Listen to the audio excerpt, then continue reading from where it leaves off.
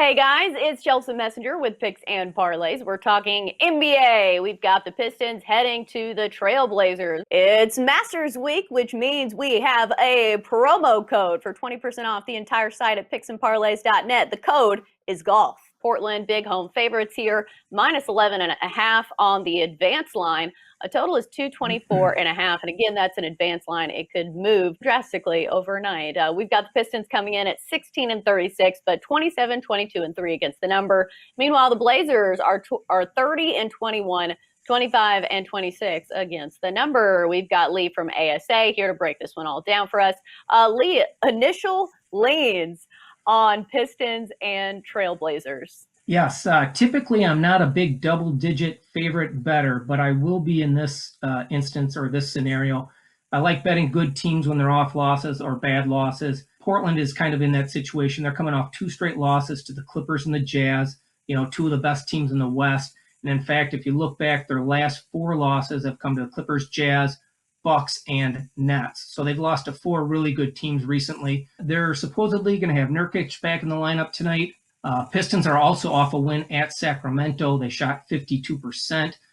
They're 24th in the NBA in field goal percentage shooting, so I don't expect them to replicate that. They shoot just 44.8% on the season. Blazers 15-10 straight up at home. They do have a negative differential of 0.1, which is surprising considering they do have a winning record. But the Pistons have been awful on the road. They're 7-21 straight up away from Detroit with a negative differential of 3.9 points per game. That's the 9th worst number in the NBA. Portland's going to get it done offensively. Let's face it, they're top 5 in offensive efficiency. Detroit 25th in offensive efficiency.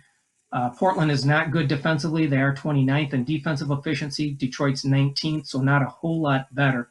The big advantage that I see that Portland has here is from beyond the arc. They're the 6th best three-point shooting team in the NBA at 38%, and the Pistons' three-point percentage defense is 19th. They allow 37.2%.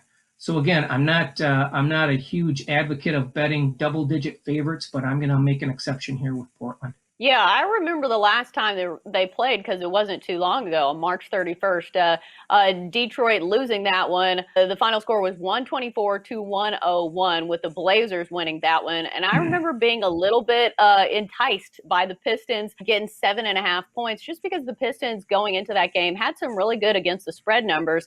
But when you're talking about the NBA and you're talking about teams that are really good offensively, it's hard for some of these teams to keep up scoring-wise, especially with Portland having a lot of their players back now. McCollum's back, Nurkic is back, and of course, Dame Dollar's always down to throw down 40 points on a night-to-night basis, it seems like. And you said it, the three-point shot probably going to be a factor here as Portland made 16 threes last time they faced the Pistons. Do you have any leanings on a total of 224.5? You know what? I would probably lean towards the over in this game, specifically because of Portland, their offense, their three-point ability, their offensive efficiency, and again, the lack of defense by both teams. So I'd probably lean towards over. League average right now, I believe in the NBA is a little over 222 points per game. So this, the total set of 224.5 is not much higher than a league average game. So I'd expect it to be more points scored than a league average game. Right.